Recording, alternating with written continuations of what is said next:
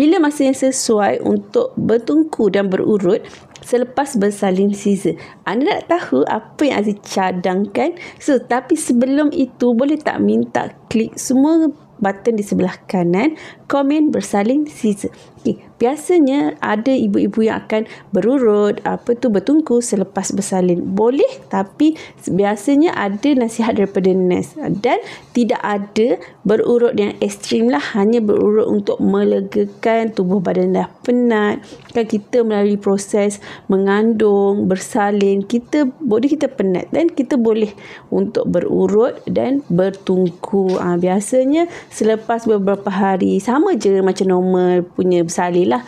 Cuma pentingnya kita kena tambah dalam diet kita. Mesti pada Aziz ada protein, ada vitamin C, ada zinc. Dengan ketiga-tiga produk ini, dia membantu proses berpantang yang lebih baik, lebih cepat sembuh dan anda lebih cepat refresh.